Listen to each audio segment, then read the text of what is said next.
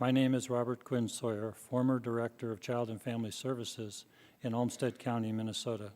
I appreciate the opportunity to offer comments on the reauthorization of the Child Abuse Prevention Treatment Act and thank Chairwoman McCarthy, Ranking Member Platts, and the members of the subcommittee for the invitation to do so.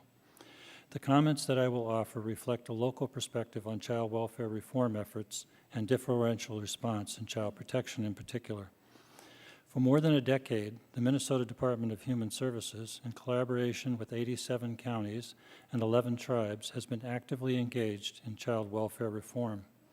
Minnesota is a state-supervised, county-administered child welfare system, generating considerable local control on the provision of services for children and families in the child welfare system.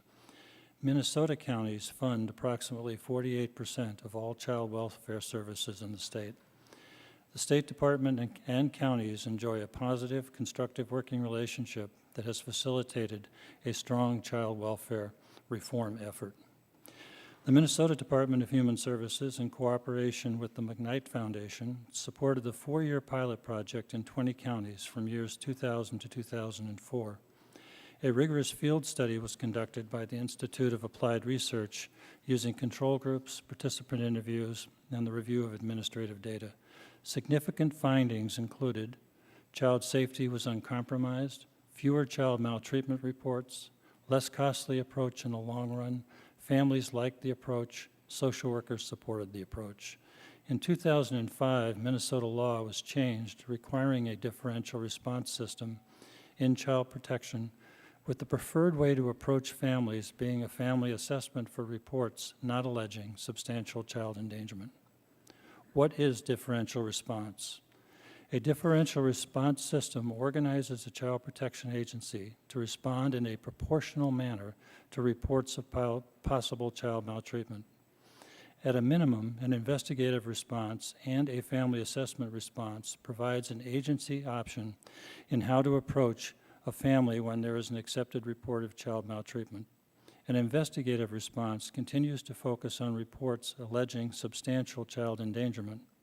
A family assessment response is a formal response of the agency that assesses the needs of the child or family without requiring a determination that maltreatment occurred or that the child is at risk of maltreatment. The majority of families reported for neglect or abuse receive a family assessment response where fault finding is set aside and replaced with a safety-focused family assessment and services.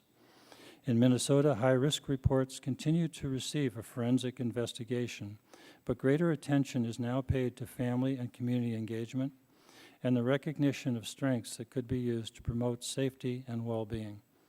During the 4 years, 2000 to 2004, that this program transitioned from pilot to full implementation, out-of-home placements in Minnesota decreased 22%. Olmsted County initiated the county-wide differential response system in 1999.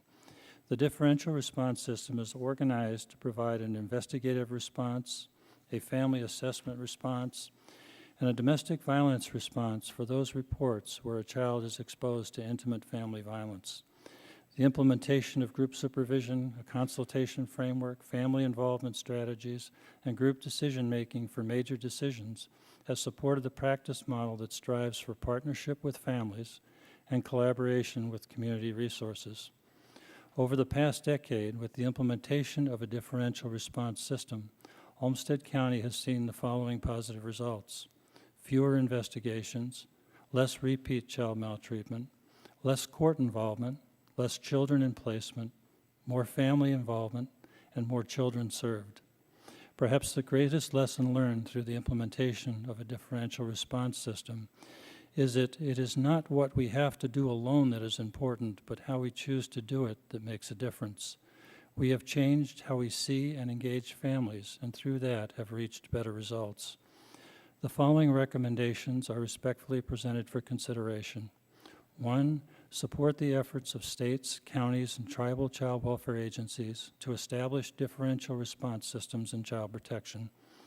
2, support the efforts of states, counties, and tribal child welfare agencies to front-load the system, providing supportive interventions for at-risk families screened out of child protection.